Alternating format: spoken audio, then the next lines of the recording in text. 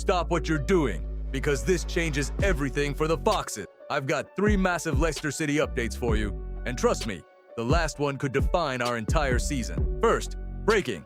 Leicester City and the Premier League both appeal the PSR verdict in a dramatic new twist. This is not over, not even close. Second, what Leicester's new sporting director's job will entail exactly, and why this role could reshape the future of the club from top to bottom. And third, embrace the challenge. Rowett's first words. Our new manager has spoken, and what he said about survival, structure, and fight will fire you up. Stay with me right to the end, because the final story is the most important of all. If you love Leicester City, if you back the Foxes through everything, make sure you subscribe now and be part of the fastest growing Leicester community on YouTube. Let's get into it. Well, here we go again. Just when you thought the drama around Leicester City's PSR case might calm down, it explodes all over again. And this one is proper box office. Leicester City have appealed the 6-point deduction. That in itself is no surprise. But now the Premier League have appealed as well. Yes, you heard that right. Both sides unhappy. Both sides digging in. Both sides heading back into the legal ring. The independent commission originally hit the Foxes with a 6-point deduction for breaching profit and sustainability rules for the 2023 to 2024 period. Painful? Absolutely, but manageable. Just about.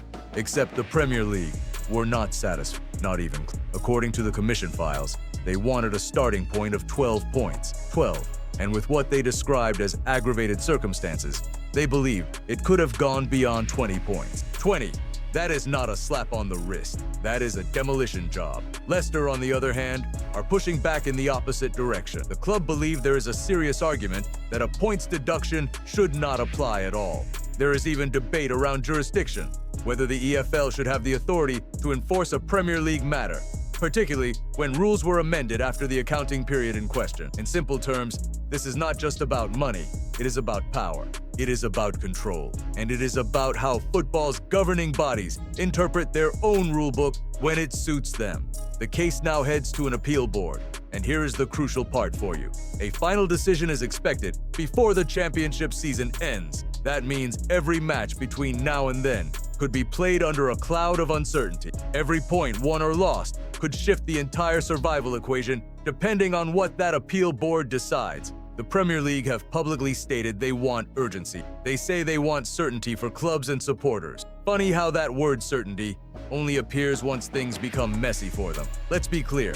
Leicester are not denying the financial number, but the scale of punishment, the timing, and the application of rules are all being fiercely contested. And rightly so. No club should accept a sanction quietly if there is a legitimate legal argument. This is turning into a full-blown institutional tug-of-war. And right now, the Foxes are right in the middle of it. So let me put this to you directly. If the appeal board increases the deduction beyond 6 points, would you still back the club's decision to fight? Or would you say Leicester should have accepted the original punishment and focused purely on survival on the pitch? Hit that subscribe button if you're passionate about Leicester and want to stay up to date. Leicester City are undergoing a structural reset, and the appointment of James McCarran as sporting director could be one of the most defining decisions of the post-title era.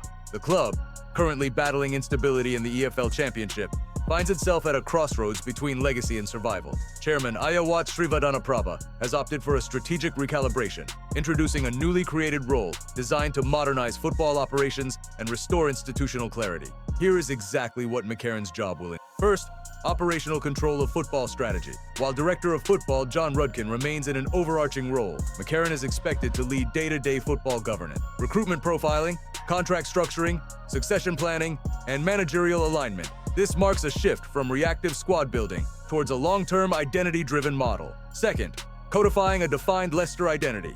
The club's leadership has publicly acknowledged the erosion of its footballing DNA. McCarran's mandate includes establishing a clear stylistic blueprint, determining how Leicester should play, what archetypes of players fit that system, and ensuring recruitment coheres with that philosophy rather than short-term managerial preference. Third, integrating academy and first-team pathway. The objective is structural continuity. From youth prospects to senior professionals, the development framework is expected to reflect a unified tactical and cultural model. This reduces volatility during managerial transitions and protects the club's sporting identity regardless of head coach changes. including the potential appointment of Gary Rowett. Fourth, implementing data-driven optimization. Arriving from the City Football Group ecosystem, McCarron brings exposure to centralized analytics, multi-club benchmarking, and marginal gains methodology. Leicester are signaling a move towards sustainable competitive modeling rather than emotional or opportunistic market behavior. Finally, overseeing squad reconstruction.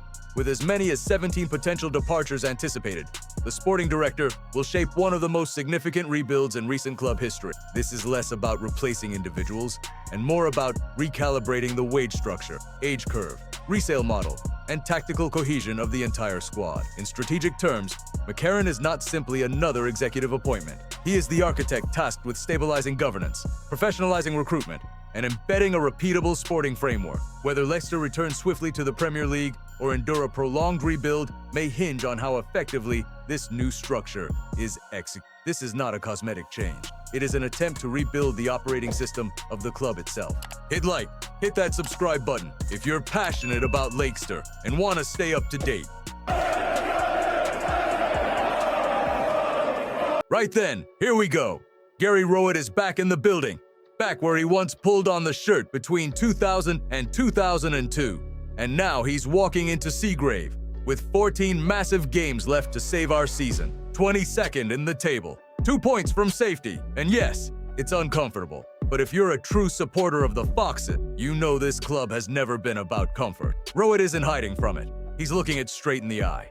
He said he wants to embrace the challenge. And I'll tell you something, that's exactly the tone we need. No excuses. No soft talk.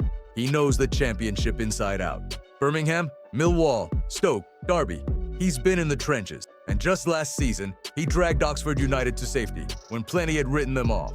That matters. Experience in a scrap like this is gold. What I liked most, he spoke about structure, discipline, giving the players a clear route out of trouble. Not vague promises, not pretty phrases. A clear plan. He wants hunger, whether you're 16 or 36. Fight for the shirt.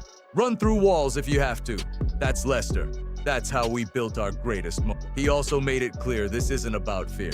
You can look at 22nd and panic, or you can treat it like an opportunity. 14 cup finals, 14 chances to remind this league who the Foxes are. He wants balance, solid at the back, brave on the front foot, proper championship football.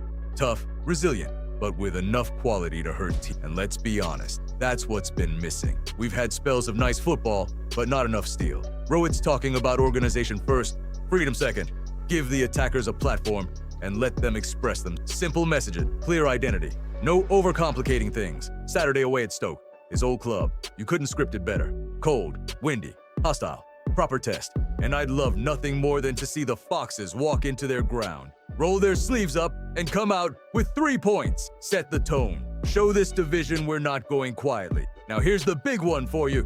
Do you believe this squad has the character to fight and suffer for survival?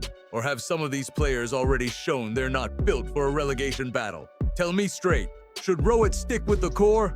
Or is it time to be ruthless and drop names, no matter how big?